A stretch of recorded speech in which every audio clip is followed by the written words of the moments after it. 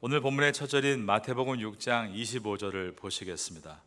그러므로 내가 너희에게 이르노니 목숨을 위하여 무엇을 먹을까 무엇을 마실까 몸을 위하여 무엇을 입을까 염려하지 말라. 목숨이 음식보다 중하지 아니하며 몸이 의복보다 중하지 아니하냐. 여기에서 그러므로 이 말은 본문 앞에 있는 내용을 받고 있습니다. 앞에 보면 하나님과 두 재물 사이에서 우리가 하나님도 재물도 함께 섬길 수 없다, 오직 하나님 한 분만을 섬긴다는 내용을 이 그러므로가 받고 있는 것입니다. 오늘 본문 위에 있는 마태복음 6장 24절을 여러분께 읽어드립니다. 한 사람이 두 주인을 섬기지 못할 것이니 혹 이를 미워하고 저를 사랑하거나 혹 이를 중히 여기고 저를 경히 여김이라. 너희가 하나님과 재물을 겸하여 섬기지 못하느니라. 재물을 주인으로 섬기지 않고 하나님만을 주인으로 섬기겠다라고 선택할 때에 분명히 염려가 발생합니다. 이것에 대해서 가르치시는 것이 오늘 본문 말씀입니다. 예수님은 그러므로 다음에 내가 너에게 이르노니, 내가 너에게 이른다, 절대적인 권유로 말씀하셨습니다. 이제 내가 전하는 가르침은 세상의 어떤 진리와 비교할 수 없는 참 진리다라는 것을 강조하시기 위해서 내가 너에게 이른다라고 절대적인 권유로 말씀하신 것입니다. 그 내용은 바로 이것입니다. 목숨을 위하여 무엇을 먹을까 무엇을 마실까, 몸을 위하여 무엇을 입을까 염려하지 말라라는 것이었습니다. 우리는 목숨을 유지하기 위해서 무엇을 먹어야 하고 또한 살기 위해서 무언가를 입어야 합니다. 그런데 그것을 우리가 필요로 생각하는 것과 그 필요를 염려하는 것은 다른 문제라는 것입니다. 예수님이 지금 제자들에게 생계에 대한 두려움을 갖지 말아야 한다라고 말씀하시는 이유는 제자들이 이러한 경제 문제에 대해서 염려하는 모습을 보였기 때문입니다. 우리도 기독교인이지만 세상 사람과 어떤 때는 똑같이 경제 어려움을 당하지 않을까 그러한 염려로 가득 채워 살 때가 있습니다. 그러기에 오늘 본문은 바로 우리들의 말씀입니다. 예수님은 염려에 빠져 있는 제자들을 위해서 공중의 새를 예로 드셨습니다. 26절을 보겠습니다. 공중의 새를 보라, 심지도 않고 거두지도 않고 창고에 모아 들이지도 아니하되 너희 하늘 아버지께서 기르시나니 너희는 이것들보다 귀하지 아니하냐. 날아다니는 새는 돌봐주는 사람이 없습니다. 그러나 지금도 매일 먹을 것을 공급받고 있습니다. 새들은 음식을 저장하는 창고가 없지만 매일매일 하나님의 보살핌으로 인해서 자연으로부터 먹을 것을 공급받고 있는 것입니다. 하나님은 이스라엘 백성들이 처음에 출애굽을 한 이후 광야에 있을 때 그 40년간 생활을 이 새와 같이 인도하셨습니다. 창고를 짓는 것을 철저하게 금하신 것입니다. 그들은 매일매일 데일리 브레드, 주님이 공급하시는 양식을 먹었습니다. 주님께서 그렇게 하신 이유는 그들이 염려와 싸워 이기는 훈련을 하게 하시기 위해서였습니다. 염려란 믿음의 반대말입니다. 우리는 염려와 싸우는 훈련을 해나가야 합니다. 예수님은 염려한다고 해서 그 키를 한 자라도 더할 수 있는가라고 물으셨습니다. 27절입니다. 너희 중에 누가 염려함으로 그 키를 한 자라도 더할 수 있겠느냐. 여기서 키라고 번역된 헬라어 원어는 헬리키아라는 단어인데 이 단어는 다양하게 해석할 수 있습니다. 27절과 같이 물리적인 키, 신장으로 번역할 수 있습니다. 키입니다. 그리고 이것은 시간으로도 번역할 수 있습니다. 키가 자란다는 것은 시간이 지난다라는 뜻이기도 하기 때문입니다. 사람이 아무리 염려한다고 해서 그 염려가 우리의 수명을 연장시키는 것도 우리의 미래를 더 늘리는 것도 아니라는 것입니다. 28절입니다. 또 너희가 어찌 의복을 위하여 염려하느냐. 들의 백합화가 어떻게 자라는가 생각하여 보라. 수고도 아니하고 길쌈도 아니하느니라. 우리의 생활의 염려와 공중에 나는 새를 대조하신 예수님은 이어서 우리가 입는 옷과 들의 백합화를 대조해서 말씀하셨습니다. 예수님 당시에 팔레스타인 지역에서 옷이란 멋을 부리기보다 생필품이었다고 할 수 있습니다. 밤에 한기가 오기 때문에 밤을 보호할 두꺼운 의복이 필요했던 것입니다. 제자들은 멀리 복음을 전도하고 다니고 있었기 때문에 따뜻한 옷이 반드시 필요했습니다. 이어지는 29절을 봅니다. 그러나 내가 너에게 말하노니 솔로몬의 모든 영광으로도 입은 것이 이 꽃 하나만 갖지 못하였느니라. 반면에 솔로몬 왕이 입었던 옷은 생필품이라기보다는 멋을 내기 위한 옷이었습니다. 예수님은 그 옷이 생활에 필요한 생필품이건 아니면 멋을 내기 위한 패션이건 들에 핀 백합화 한 송이 꽃보다 못하다라고 하신 것입니다. 백합화는 그 당시 갈릴리 지역에서 들판에 흔하게 자라 볼 수 있는 꽃들이었습니다.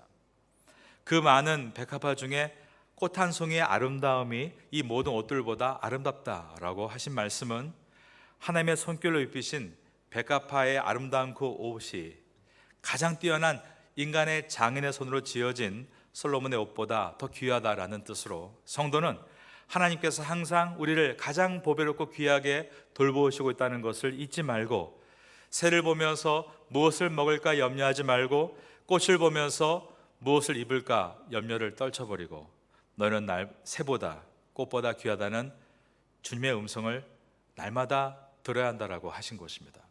우리는 염려하지 말고 기도해야 한다는 말을 많이 듣습니다. 하지만 실제로 보면 우리는 염려하지 말고 기도하는 것이 아니라 염려하며 기도하고 있고, 기도하고 나서도 염려할 때가 많습니다.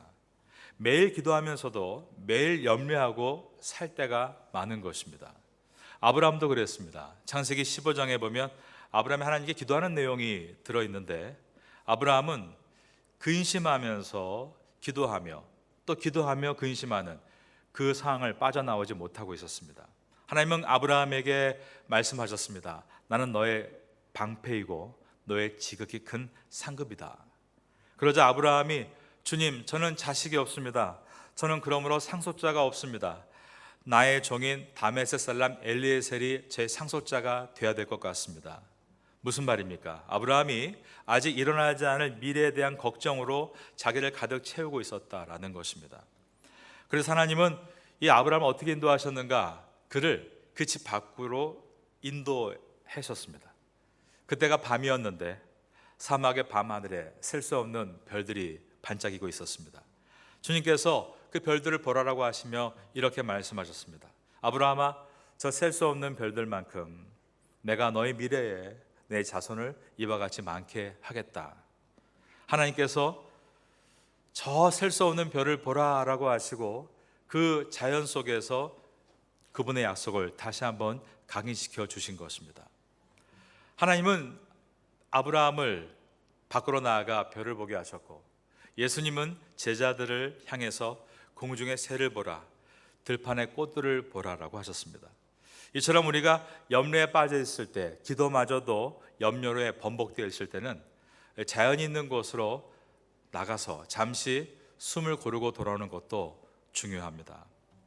제가 살고 있는 이 파타야에서 가장 가까운 곳에 별을 볼 수 있는 곳은 짠타브리도에 있는 소이다오로 알려져 있습니다. 태국 발음으로 서이다오라고 하는데요, 뜻은 별을 따다라는 뜻입니다.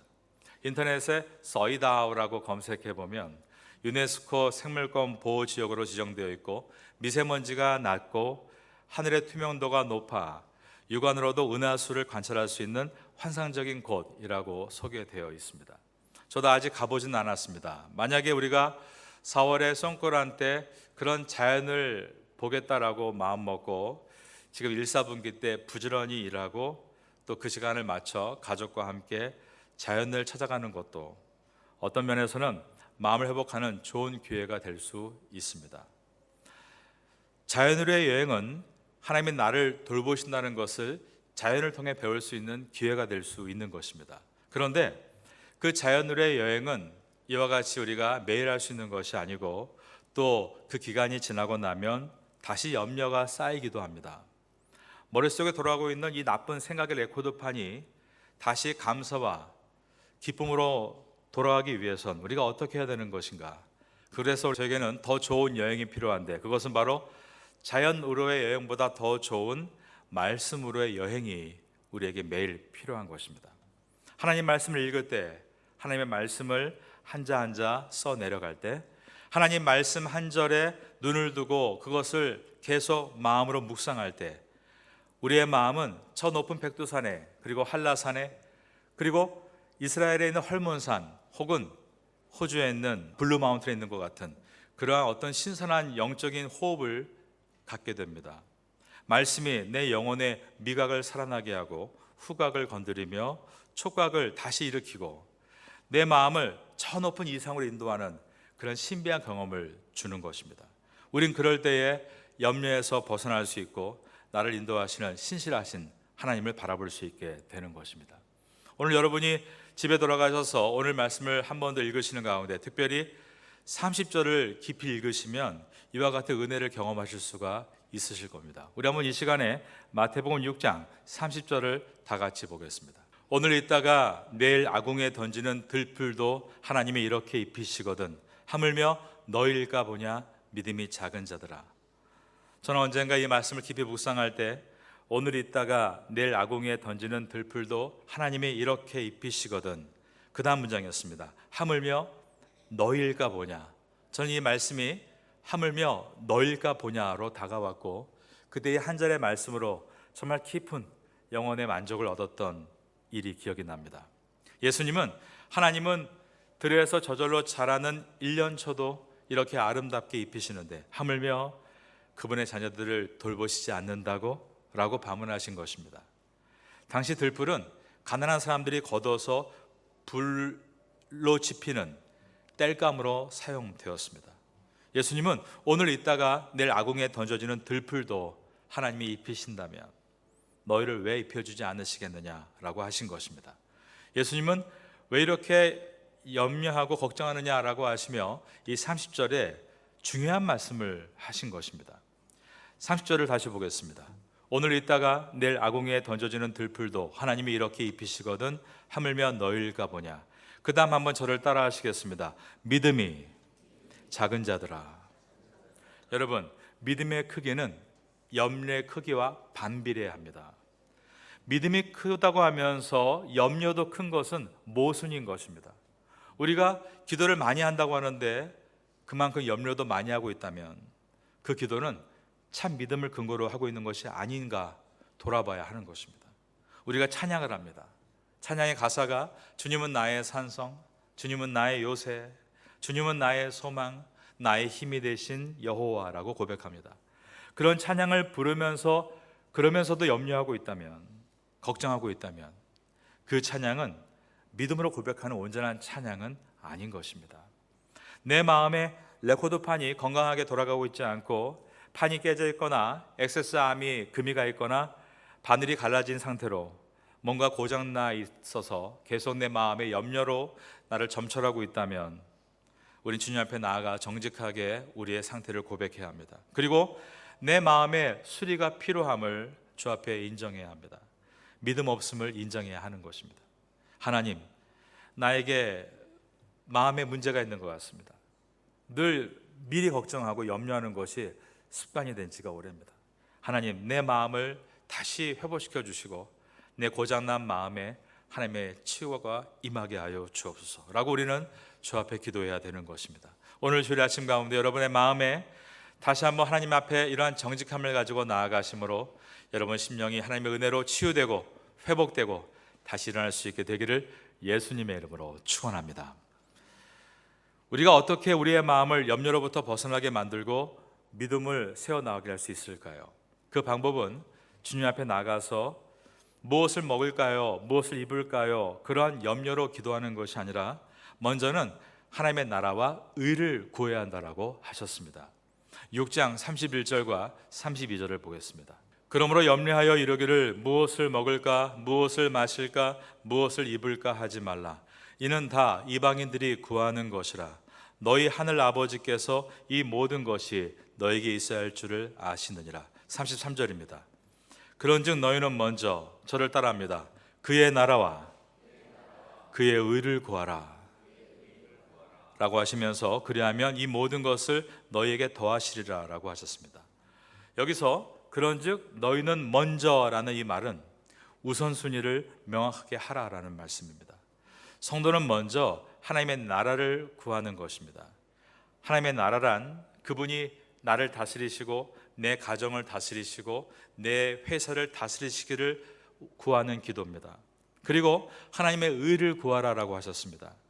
하나님의 의, 즉 하나님의 공의가 내 삶에 나타날 수 있도록, 내가 정직할 수 있도록, 내가 잘못한 것을 인정할 수 있도록, 내가 남에게 손해를 준 것은 잘 갚아주고 내 손해에 대해서는 남에게 다 먼저 갚아주고 나서 하나님께 기도하고 지혜를 구할 수 있는 그러한 공의가 나타날 수 있도록, 이것은 나의 책임을 동반하고 있는 기도입니다.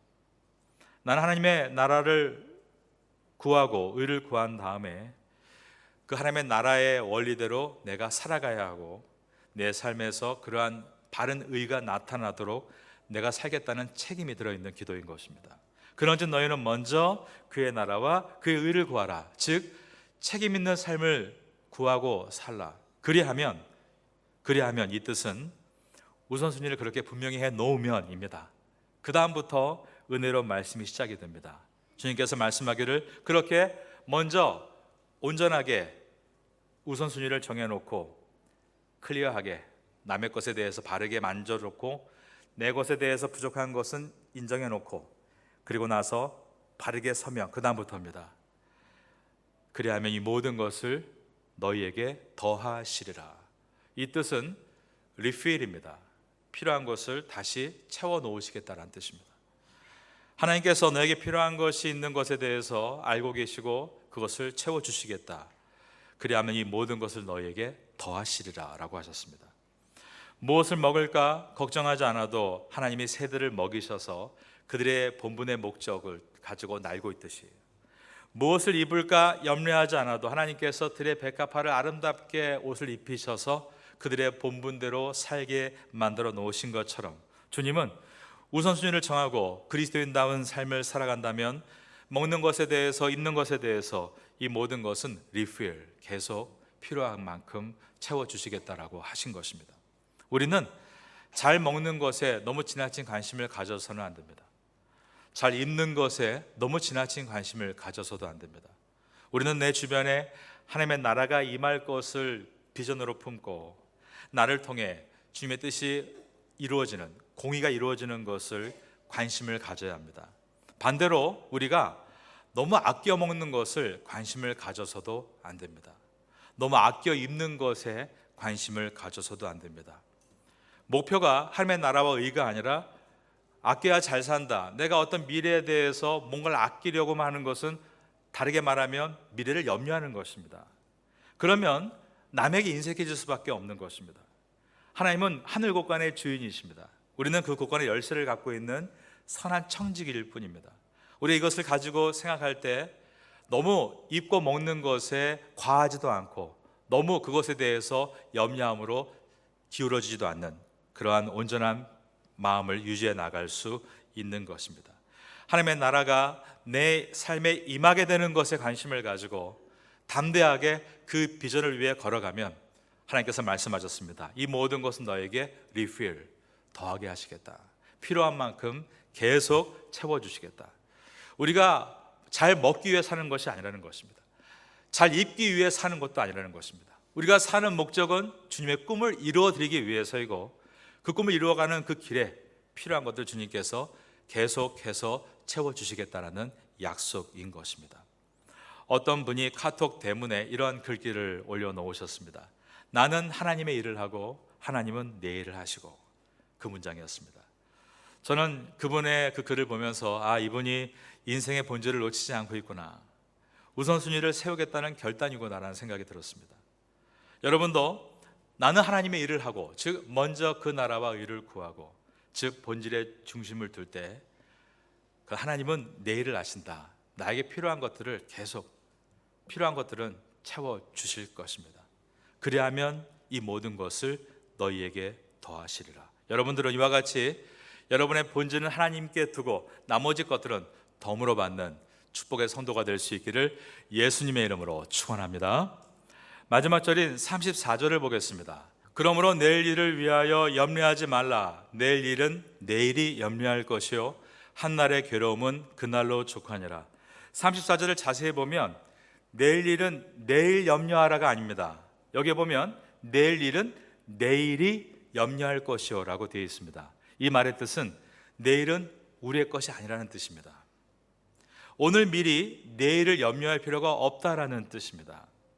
한날 괴로움은 그날로 족하니라, 이것도 뜻은 오늘도 우리의 것이 아니었다라는 말씀입니다. 오늘 이 한날은 주님의 날, 주님의 것이었다는 뜻입니다. 그래서 한날 괴로움도 그날로 족하다라고 하셨습니다. 그러므로 하루 내내 열심히 일하다가 수고한 모든 일들과 그 안에서 발생한 괴로움들, 그럴 때 우린 저녁에 서양을 바라보면서 나의 한계를 인정하는 것입니다. 주님께 다 내려놓고 우리는 안식을 취하는 것입니다. 바로 그것이 한날 괴로움은 그날의 족하니라. 왜냐하면 우리의 날은 우리의 것이 아니라 하나님의 것이었기 때문입니다.